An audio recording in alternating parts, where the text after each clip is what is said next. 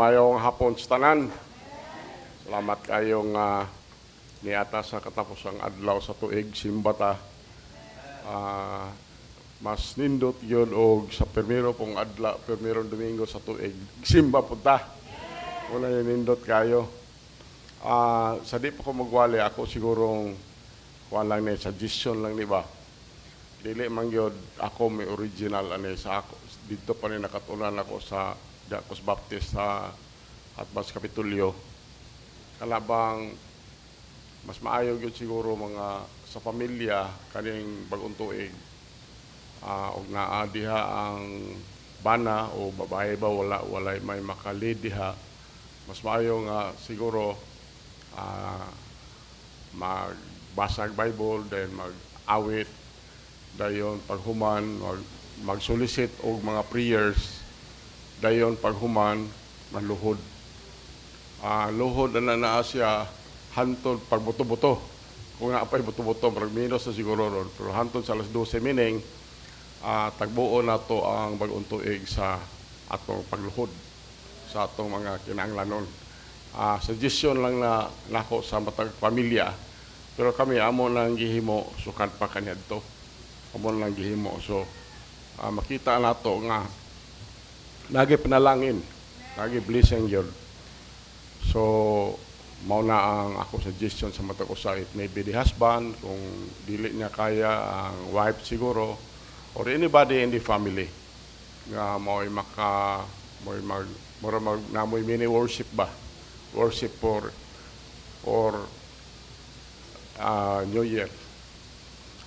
By the way, ako ipahibalo ninyo nga si Nissan Albarracin na baptize atong isa pang Sabado, pero pagka Domingo wala siya dire. Naan siya baptist na siya. Na baptize na nato atong sa Domingo. O salamat ta sa atong mga igsoon nga naibisita. Pasalamat po ta sa bisita ng kuyog nila. So atong ipasalamatan ang matag usa og padayon ta sa atong buluhaton. Gahapon ang choir naka-save sila og 8 kakalag sa ilang lakaw, o inyo lang makita sa resulta sa ilang awit. Kay diha na sila nagkuha og power sa ilahang performance diri sa pag-awit.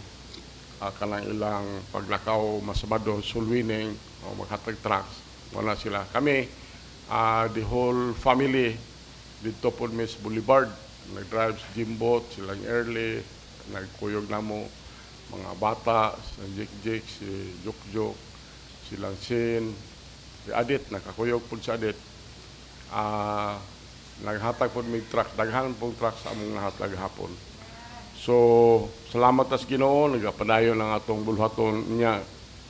Nakaadto mi adtong sa atong lugar, Secret Paradise.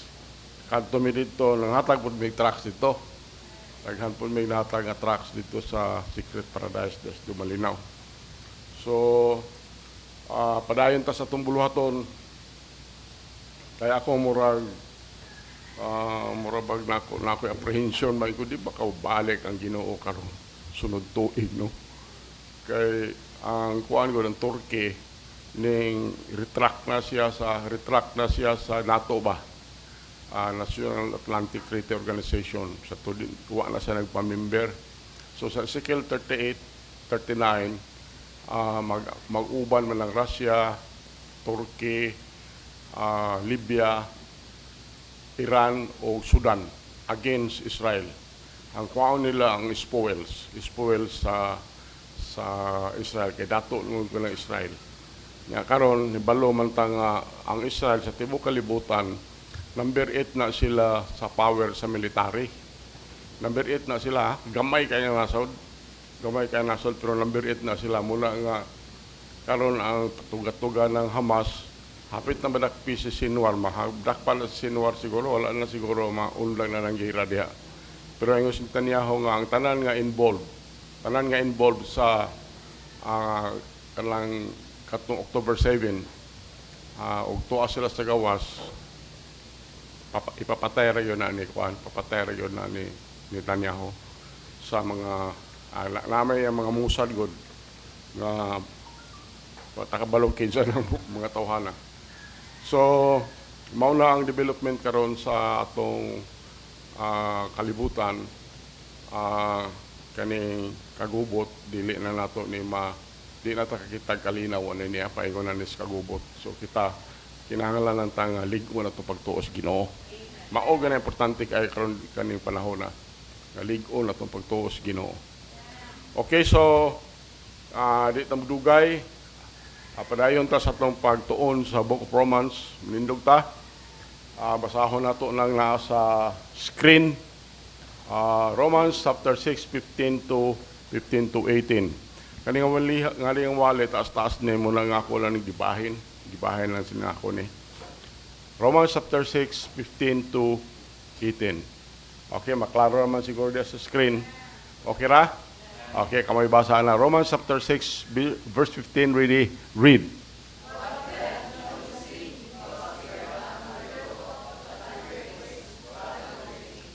Go.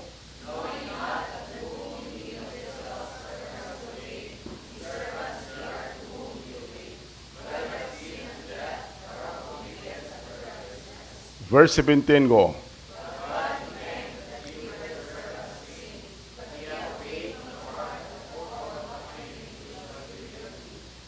Verse 18, go.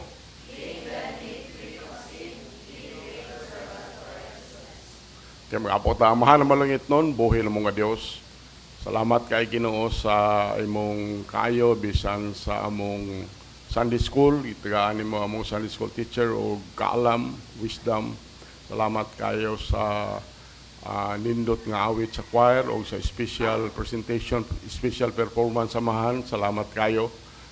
O nining kahaponon akong ipangamuyo kanimo tagaig kalampusan ang pagsimba kanimo kini imong lipon nga way kahibalo tagaig igsusulti nga kini imong mensahe amahan kini imong pulo masabtan sa tumang kayano. Ang ipangamuyo kanimo amahan nga kini nga mensahe mo lugdang nis kasing-kasing sa matag usa. Tabuni kami amahan sa bililho ni Mandugo o akong ipangamuyo nga bisan kani mga equipment nga among ipagamit protection nini.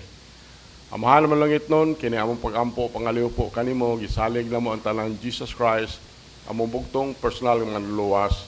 Amen. Okay, malingkod ta. Mao ni inyong gibasa ganiha in the Book of Romans. By the way, ang kaning Book of Romans ang alang sa mga bag-o pa ang gasulat ani si Paul. Siguro akong balikon pag istorya dire nga pag human atong study atong the Book of Revelation aton atong gisugdan o tuon ang gisulat ni Paul. Ang gisulat ni Paul tungod kay ingon ang Biblia si Paul ang atong apostles. Mao na atong apostle kitang mga Gentiles. Wala siya ka atong apostle. Wala nga atong tun-an ning iyahang gisulat. Ako nagtuo ko nga 14 ni apil ang Hebreos. O ang uban di mong mutuo nga gisulat na ni Paul. Pero ako nagtuo ko nga gisulat na ni Paul kaning Book of Hebrews. 14 ni ka epistle ang gisulat ni Paul in the Book of New Testament. Muna nga naagyo na katuyuan nganong nasa Paul in the Word of God. Mao ni ang inyong gibasa ingon diri. Nan unsa man. Unang pamutan, nan unsa man magpakasala ba kita tungod kay kita dili na ilalom sa balaod apan ilalom sa grasya. Na dire tubag yung dire ang Dios dili motugot. Verse 16. Wala ba kamo mahibalo nga sa kang kinsa kamo nagtugyan sa inyong mga kaugulingon nga mga sulugoon sa pagsugot, iyang mga sulugoon kamo ngadto sa kang kinsa kamo nagsugot. Kung sa sala ngadto sa kamatayon o sa pagkamasinugtanon ngadto sa pagkamatarong. Verse 17. Apan ang Dios pasalamatan nga kamo kaniadto mga sulugoon sa sala apan kamo nagatuman gikan sa kasing-kasing ni anang sumbanan sa pagtulunan nga gitugyan na kaninyo.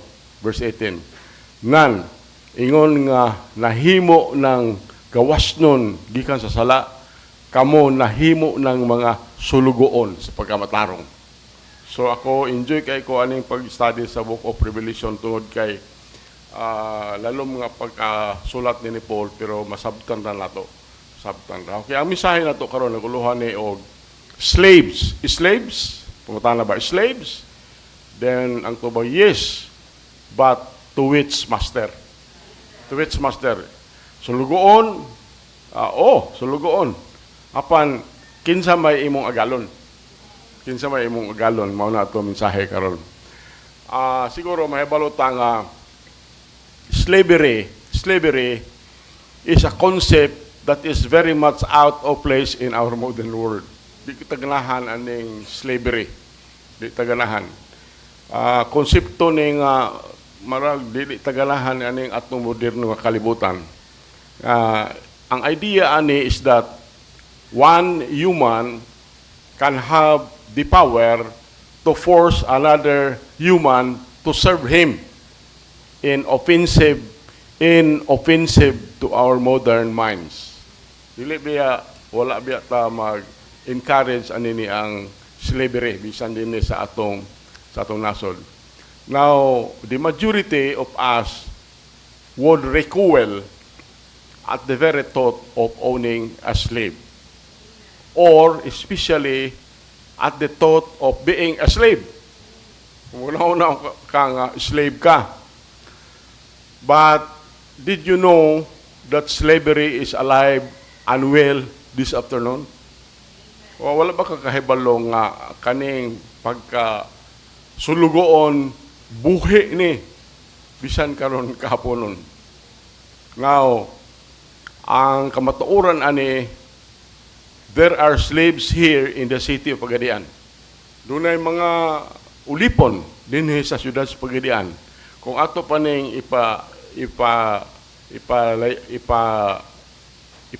further pa, palayo-layo pa, I'll go step further. There are slaves in this very room this afternoon. Doon ay mga slaves, ining kwarto ni ining kahaponon. So matingala ka. Well, it may surprise you to learn that we are all slaves. Ay nalang katingala, nakitang tanan, slaves ta, apel ang inyong pastor. The only difference lies in reference to which master we serve. Mauna ang diferensya. Ang diferensya na diha nga kinsa man ang imong gialagaran. Kinsa man ang agalon nga imong gialagaran. Muna na siya. So, in these verses, kato inyong gibasa, in these verses, Paul is continuing his discussion of the difference between being dead in sin and in being alive in Christ. And being alive in Christ. By the way, kaning death, doktrine sa pagkabulag. Nabulag ta ba? Kay bisan sa atong pagkatao, kung mabulag na ang kalag sa atong body, patay na ta. Meaning bulag. So, kung ingon tag dead, meaning nga nabulag ta. Nabulag. So, ingon ako balik ko na, kaning bersikulo si Paul nagpadayon sa iyang pag-discuss sa kalainan, taliwala sa kanang bulag, diha sa sala, o buhi, diha ni Jesus Christ. Diha ni Jesus Christ. So, kani atong gibasa karon naani siya sa last verses of chapter 6. Mga last na lang niya pero murag kulang mga tulon na lang siro ka kulang. Tulon na lang ka verses ang kulang. Pero naata sa last verses of chapter 6. Now, he presents a series of contrasts. Si Paul nagpresentar siya og sumpay-sumpay ba nga contrast nga nag-point out the fact that we are all slaves. That we are all slaves. That we will continue to be slaves for all our lives, but that we have a choice. Do not a choice of which master we serve. doon na tayo choice, doon na tayo pagpili, unsa man nga agalon ang atong alagaran. And the thought that I would like to preach about for a while this afternoon is this. Mao niya ang atong mensahe. Slaves, yes, but to which master? But to which master? So, I want you to be able to see clearly which master you are serving. Which master you are serving. And I want you to have the opportunity to change master this afternoon. If you are found serving the wrong one. Kung makita nimo nga di pa day mao ni akong gialagaran nga agalon. So notice with me upat ni ka comparisons pero duha lang sa niya atong gi-present atong giwali karon tungod kay taas ra kayo ang wali ug atong hugto ning upat. So naay upat ka comparisons ani nga gihimo ni Paul in this passage. Okay, number one, the choices. That is, choices, ang pagpili, mga pagpili. Si Paul, nagsulti nato nga we have the privilege of yielding our members to a master. Itugyan nato ang atong, no tayo pribileo nga itugyan nato ang atong body ngadto sa usa ka galon. The word yield, katong inyong gibasa ganiya, ambot pasabot ana, to stand as a servant, near one's master, awaiting orders. It means to present. Mauna ang buot pasabot anang yield, katong atong gibasa ganiya. The idea is, ingon na ang idea ni nga ang tao, kinsa murag naa ka ba ka sa sungo, murag naa ka sa sungo nga anytime tawagon ka sa imong agalon. Tawagon ka sa imong agalon. Now, the whole point of these two verses is that we have a choice as to what we yield our lives. We yield our lives. Do not tayo kapilian ba? Kinsa man, asa man nato itugyan atong kinabuhi. Okay. Notice that there are only two choices. Doon na lay duha ka choices. Number one, we can walk in rebellion. We can take grace for granted. Ang grasya ba, wala na nato, baling-balinga ba? We can take grace for granted, katong verse 15 atong ibasa. And we can just assume that God is going to accept us just as we are and live like we want to. This is the life of a sinful rebellion. Simple rebellion. While many live like this and think that they are free, Paul makes it clear that they are slaves. That they are slaves. This is the literal meaning of the word servant. Servant. The rebellious life would be any life that is lived outside of the will of God. Kung ang imong lihok sa imong kinabuhi nagawas na sa kabubuton sa Dios, gingalan nato nag rebellious life. It is a life yielded to the master of sin. Kinabuhi na nga ginatugyan nimo, natugyan nato atong kinabuhi ngadto sa master of sin. We can walk in rebellion. Part B, another comparison. We can walk in righteousness. We can walk in righteousness. By the same token, sa samang pagtratar, mahimo ta pong makapili sa paglakat dinha sa kabubuton sa Dios and to live lives that are pleasing to the Lord. O pagkinabuhi, sa kinabuhi nga mahimaya ang Ginoo. So, imbes nga mo itugyan nato atong kaugalingon sa sala, we can present our bodies to the Lord, mahimong ma-present nato ang atong lawas nga to sa Ginoo, nga magamit sa Ginoo sa iyang kahimayaan. Maunang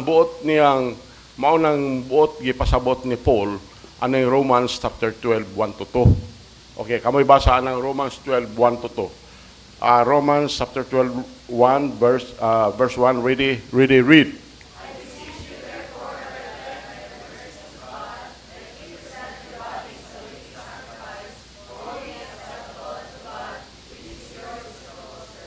Verse 2, go.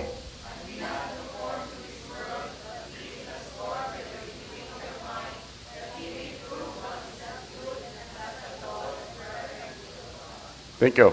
So mao ni ang gisulti ni Paul. Ingos Paul busa ako naghangyo kaninyo. Mao na giingon ni Paul. Nahangyo siya ngadto sa believers sa Rome. Mao po hangyo po ni siya. Apil na ni siya naghangyo nato ingon siya. Busa ako naghangyo kaninyo mga igsoon. Pinaagi sa mga kaluoy sa Dios nga kamo magtugyan sa inyong mga lawas nga usa ka buhi nga sakripisyo, balaan, makapahimo sa Dios nga mao ang inyong makatarunganon nga pagpangalagad. Verse 2, yun diri. Ug ayaw pagpahiuyon ni ining kalibutana, apan pagpausab kamo pinagi sa pagbag-o sa inyong hunahuna aron inyong masuta unsa ang maayo o makapahimuot og hingpit nga kabubuton sa Dios.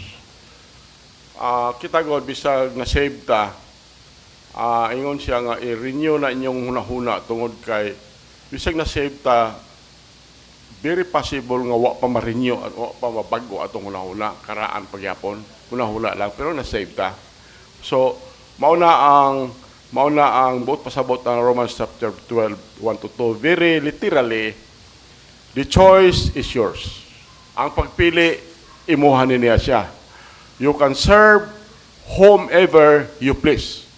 Makaalagad ka o bisag kinsa ang kinsa mahimuot nimo. So, imo siguro na notice tong word dito, obey. The word means to answer a knock at the door. Kanang pingon nag-obey mo ra bag mutubag ka nga kinsay gaabli diha sa pultahan. Mga igsoon, yung ani ba? Ay, salamat po. Thank you.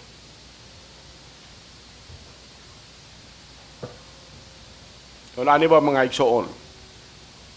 Choices and decisions concerning how we live our lives come knocking every day. Every day. Balik ko na ko, ha? Choices, ang pagpili, o ang mga paghukom, ang decisions, concerning how we live our lives, come knocking every day.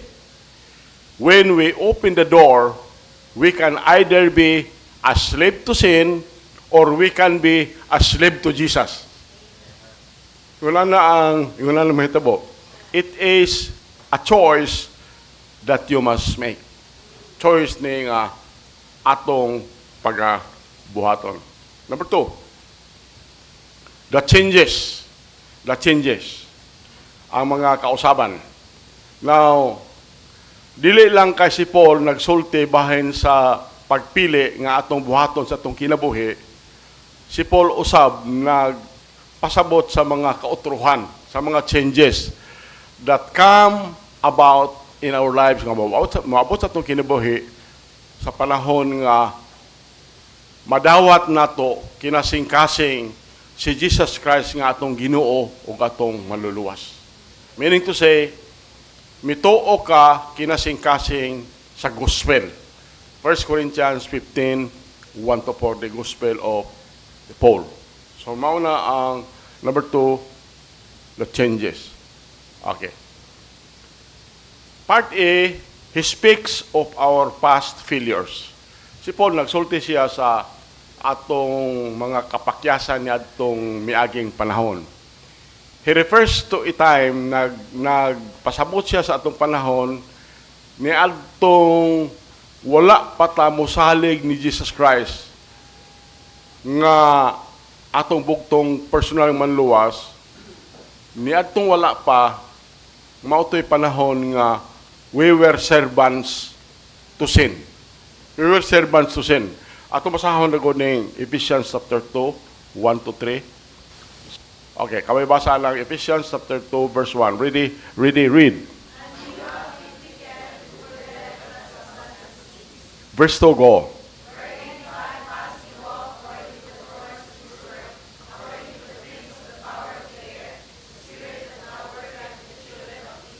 Kumauna kanina to. Verse 3, go.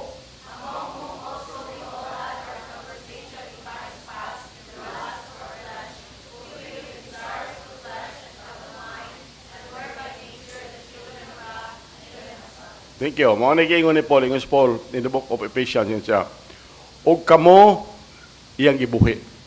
Kaya patay man ta sa una.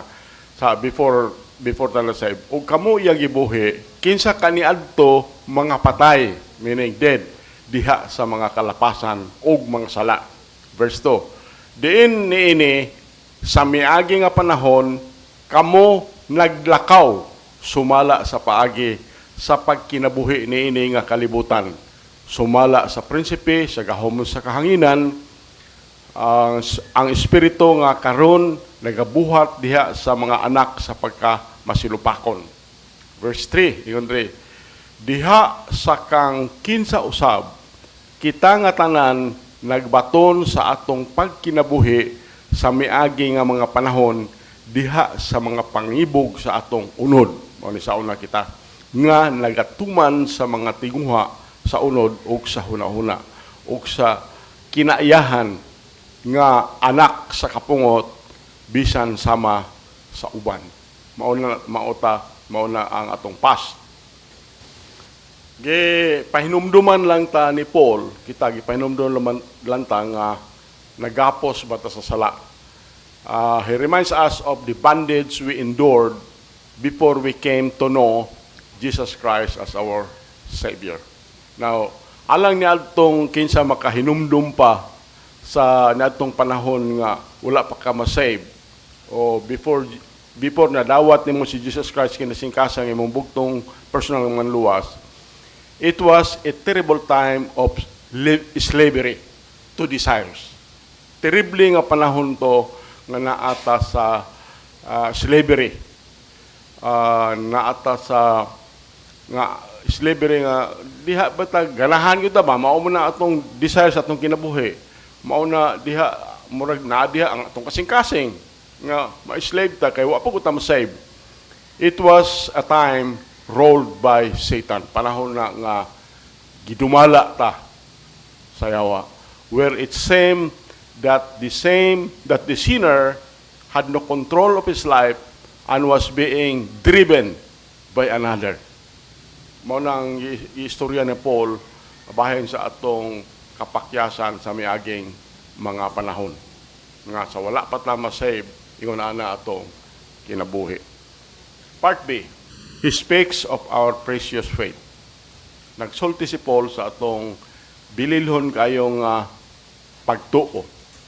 Karon si Paul kato atong gibasa nag-remind siya nato ni atong adlaw pod nga misalig ta ni Jesus Christ nga atong bugtong personal manluwas. When we obeyed or answered God's knock at our heart's door. Natong panahon nga yabrihan na to atong kasing-kasing nga naay nagtuktok dito sa atong kasing-kasing nga gusto siya musulod sa atong kasing-kasing. Paghuman ni adto baya nakasabot ni atong panahon nga na-save ta, everything changed. Ang tanan mautro gyud. For at that instant of salvation nga atong panahon nga na-save ka, we were changed forever. Mautro gyud ka hangtod sa kangturan by the power of the Lord Jesus Christ. Ang idea ani is made clear by the word form, katong gibasa ganyang form. Nagpasabot ni nga mura ba o na ay gihimo nga sudlanan na ay dayon gibutang diha ang gold, molten gold, dayon na porma ang gold to take a pre-designed shape. Murag ingon ana ang nahitabuan ni. So ingon ana usab, when we trusted Jesus Christ as our personal Savior, kinasingkasing we were reshaped by the power of God. Mautro gyud ta pinaagis gahom sa Dios. He remade our character into His image. He changed us when we believe. Pasahon na ko ito na. 2 Corinthians 5:17. Mga nagisulti ni Paul. 2 Corinthians 5:17. Read.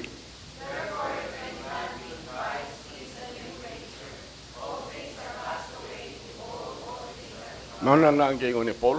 Ingon si Paul busa, kung si bisan kinsa nga tao, anaan ni Kristo, siya usa ka bag-o nga minugna. Ang daan nga mga butang, nangawala na, tanawa, ang tanang mga butang nangabag-o na. Muna yung gisulat ni Paul sa 2 Corinthians chapter 5, verse 17. So, let us never forget that the dividing line, the old life of bondage and death, and the new life of liberty and life is our faith in the gospel of Jesus Christ.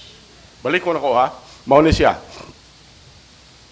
Let us never forget, dili ko na to malimtan, nga ang dividing line between the old life of bondage and death and the new life of liberty and life is our faith in the gospel of Jesus Christ. Unsa man ang gospel ni Jesus Christ? Ang gospel ni Jesus Christ nga pasabot ni Paul, mao nang mabasa nato sa 1 Corinthians 15:1-4. Ingon dito, barugini nga gospel kay maunay makasave nimo. Unsa man ang gospela? Mauna unsa ang gospel? Ang gospel ana ingon ani siya. Christ died by shedding of His blood for all our sins, buried, rose again the third day according to the scriptures. Mauna ang gospel. Tuhuin na, ingon ang pulong sa Dios, masave ka, barugin na siya. Wala na daghan pang kuskus balungos ba? Wala na daghang kuskus balungos. Tuhuin lang ng gospel, ingon ang pulong sa Dios, masave ka. Masave ka. Tungod kay ang pulong sa Dios, gingon, for by grace are you saved through faith. So, it is His salvation that makes all the difference sa tao. Tungod sa iyang kaluwasan, mauna na utro ang tao sa iyahang kinabuhi. Number 3, part C. He speaks of our present freedom. Mabasa na atong verse 18. Kani nga verse nagpahinumdum ni nato sa unsay gihimo ni Jesus Christ for us. Sa gitudlo ni Paul is what Jesus did for us. Unsa may gihimo ni Jesus Christ diri nato. Ang gihimo ni Jesus Christ diri nato, nagpakamatay siya sa cross alang sa atong mga sala. Dayon ang gipaagasan ko na niya dugo. Pag human ana, gilubong siya, then nabanhaw siya, pinaagi sa scripture. Balik ko na ko, giingon dito nga according to the scriptures kay sukad pa sa sinugdanan sa history sa Biblia, ang kaluwasan pinaagi gyud sa dugo. Mao na nga kita dinhi atong giwali gyud kanunay bahin sa dugo ni Jesus Christ. Atong awit dinhi bahin sa dugo gyud ni Jesus Christ.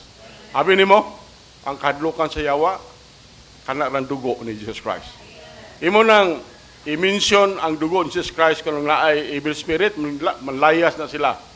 Kana mag-exercise, magdadalag cross ana naa kay aron pagawason ang evil spirit, magkatawa ang evil spirit ana naa. Katawa di lang to anang cross mag-exercise ana ipaduol ng cross di nam tuos law eh. Ang kahadlukan sa evil spirits, dugo ni Jesus Christ. Mauna yun na. Mauna itong giwali diri. So, kanina verse 18, it reminds us that what Jesus did for us was to purchase our freedom from slaves to sin. Gipalit yun ni Jesus Christ ang atong kagawasan nga nahimo tang sulugoon sa sala. And this is made clear by 3 precious New Testament verses. So, ato ning basahon ning mga bersikuluhan ni siya. So, primero Revelation chapter 5 verse 9. Revelation chapter 5 verse 9, this verse tells us that Jesus redeemed us. Kamoy basa ana Revelation chapter 5 verse 9. Read.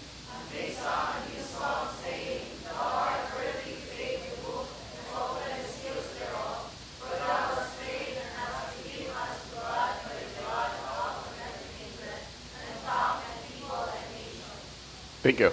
So, maunay giingon ni si John may gasulatan niyo si John, og sila miawit sa usa ka bag-o nga awit nga nagaingon, takos ka, Jesus Christ ni.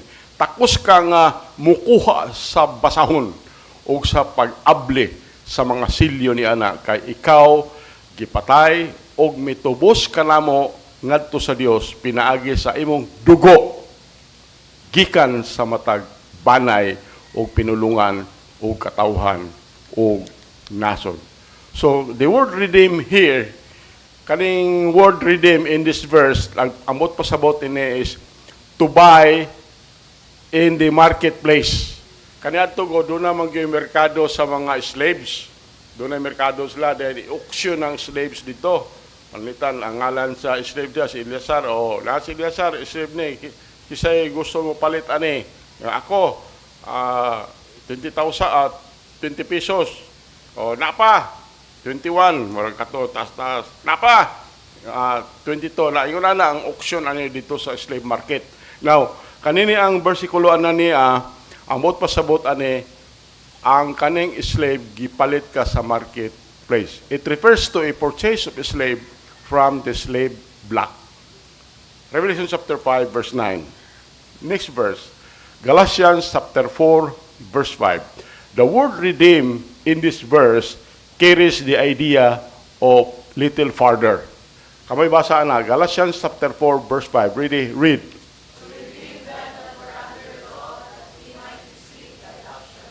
Sayo lang kaanang bersikulo hang isulti ni Paul sa aron sa pagtubos kanila nga mga nailalom sa balaod aron kita makadawat sa pagkasinagop sa mga anak.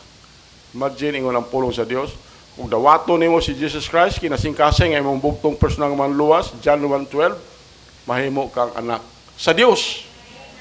Anak sa Dios. So yun lang ka, sikat magani kag anak ng kag kapitan. Labi nag-anak sa mayor, anak sa gobernador, sikat kaya ka. Ingon ang pulong sa Dios kung dawato nimo kinasingkasing si Jesus Christ nga imong bugtong personal manluwas, mahimo kang anak sa Dios, anak ka sa the most powerful in the universe. Imagine that. So mo na giyon niya. So ang mot pasabot na niya ang redeem din is to buy in the market and remove from sale. Gipalit ka dito sa market dayon, giwala na ka dito nga ibaligya ka.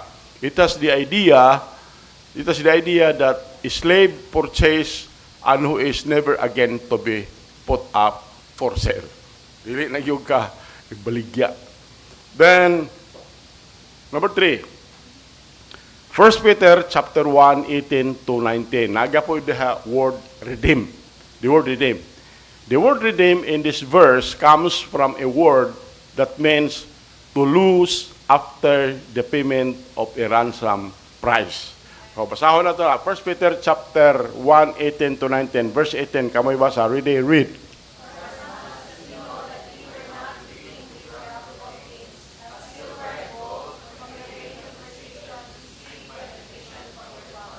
Verse 19, go.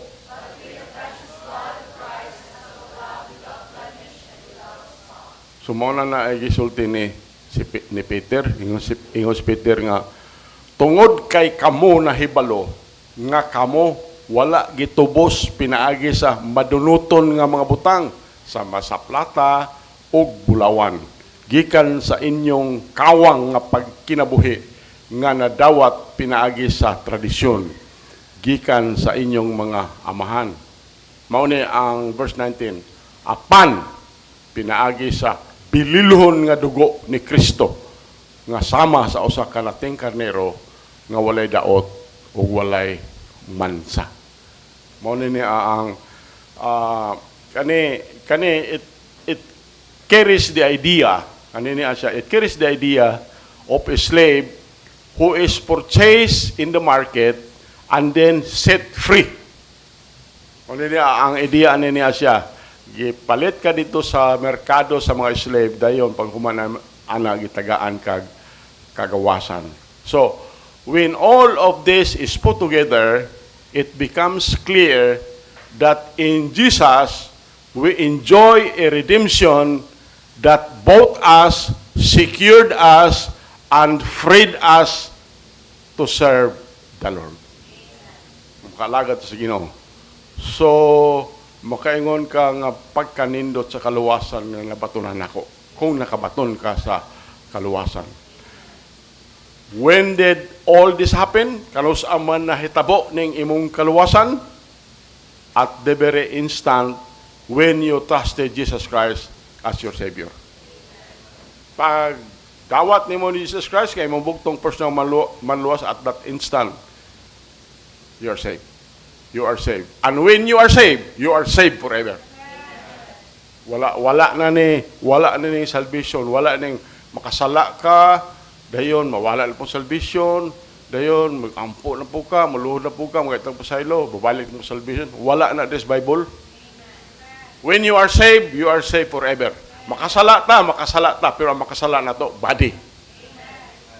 Ano sa ama na, madili na makasala ang body, natural, mamatay na, dili na makasala. Bawalay panahon po nga, masave na sa pag-rapture.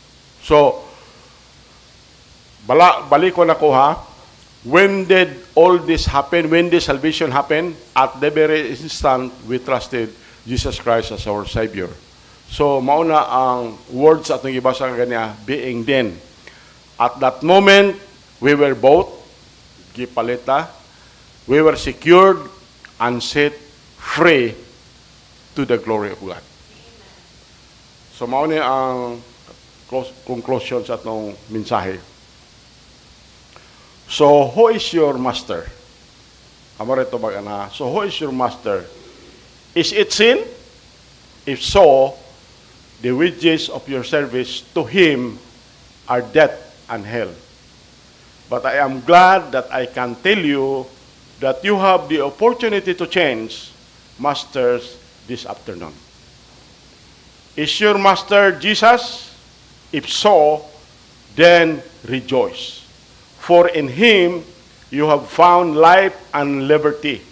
You have found peace and purpose. You have found all unit. Nindog ta, makampo ta. Mahal naman langit nun, buhay na mo nga Diyos.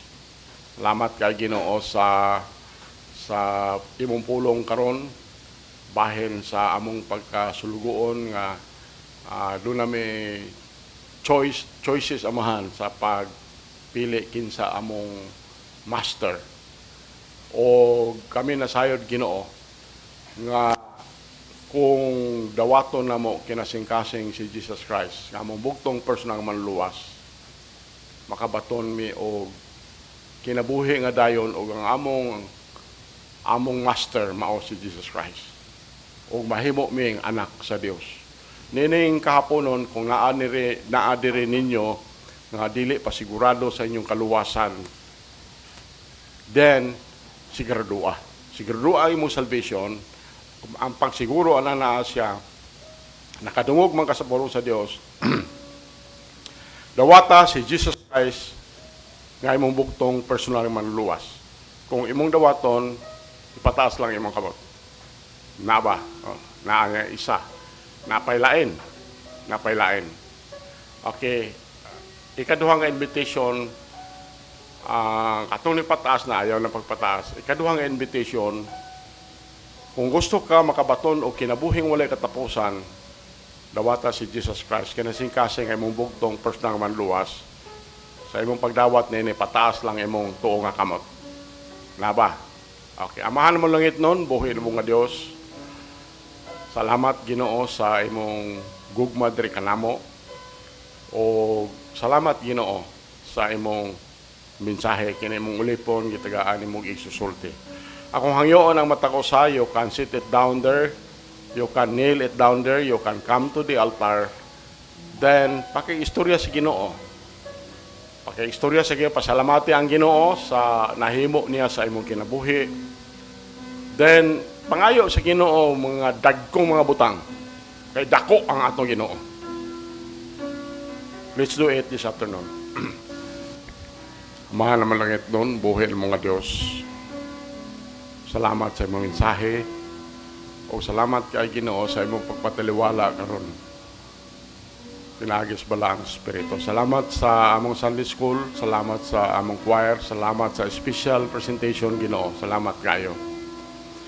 O akong pasalamatan ikaw amahan nini kahaponon apan doon ako'y pangayoon kanimo Ginoo. Magampo ko kanimo alang nining ako mga kaigsunan nga ikaw nga among Ginoo magpanalangin sa matag usa o magbantay sa matag usa. Kaduha man ako nangamuyo kanimo nga among Dios nga magagahom nga maghimo sa imong naong nga magsidlak ngana sa matag usa ug magmadagayaon sa grasya nganha sa matag usa. Katulo amahan ako nangamuyo nga ikaw nga among Ginoo Dios nga labing gamhanan magmaya sa imong panagway nganha sa matag usa ug muhatag sa matag usa og kalinaw. Amahan naman langit nun, nining katapusang mga adlaw, liguna gyud Ginoo ang pagtuo namo diha kanimo. O among gikalipay Lord matag adlaw ang imong pagbalik kapag kuha ka namo ini rapture. Amahan naman langit nun, kini among pagampo pangaliw po kanimo, gisalig namo ang tanan Jesus Christ. Among buktong personal nga manluwas. Amen. Okay, maningkot ta.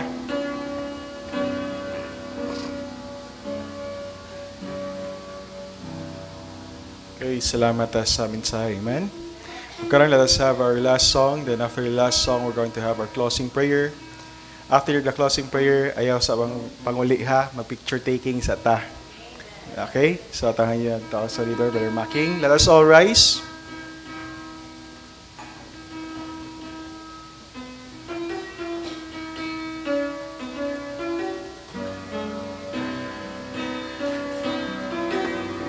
Amen. As we end our last service, the year 2023, we're going to sing,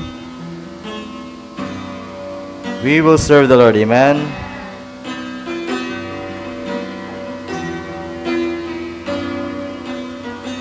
Okay, in the first stanza, ready, sing. We will serve the Lord, even when the trials come. No one can separate us from the love of God. We are more than conquerors. No one can defeat us. We are chosen generation. We are the sons of God. We will serve the Lord. We will serve the Lord. As for me and my house, we will serve the Lord. We will serve the Lord. We will serve the Lord. As for me and my house, we will serve the Lord. Again, first stanza. We will serve the Lord, even when the trials come. No one can separate us from the love of God. Amen. We are more than conquerors. No one can defeat us. We are chosen generation. We are the sons of God. Amen. We will serve the Lord. We will will serve the Lord. As for me and my house, we will serve the Lord. We will serve the Lord. We will serve the Lord. As for me and my house, we will serve the Lord. Okay, let us bow our heads, let us pray. Heavenly Father, in the mighty name of our Lord and Savior Jesus Christ, we thank Thee, O God, sa kadaugan sa mong panimbahon karon. Salamat, Lord, sa iyong mga anak na nagsimba sa usa ka kalag ganing dawat diha kanimo. Salamat, Amahan, bisan pa sa mga taong imong gigamit alang sa kadaugan sa iyong panimbahon karon. Lord God, daghan kay mig-angay pasalamat kanimo sa tuig 2023. Salamat kay Amahan nga sa kanunay ikaw nagapanalipod, ikaw nagabless matagusa. Salamat, Lord, despite sa mga problema nga mo ang na-experience for this year. Apan, Lord, ikaw naghatag ka na mo kusog o will, Lord, alang sa pagpadayon. Ay namong ginapangamuyo kanimo, Lord, samtang kami padulong sa tuig 2024. Nga pangayoon na mo, Lord, nga imong grasya o kaluoy, nga imong igahatag gihapon sa mga iglesia, Lord. And we pray, the Heavenly Father, we pray for your blessing, Lord, for each and every one. And samtang kami magapamauli, among pangayoon, imong divine protection, magahatag o safety sa matagusa. Panalangini ang matagpanginabuhi sa matagusa, O God. In Christ we pray and the forgiveness of our sins. Amen. Okay.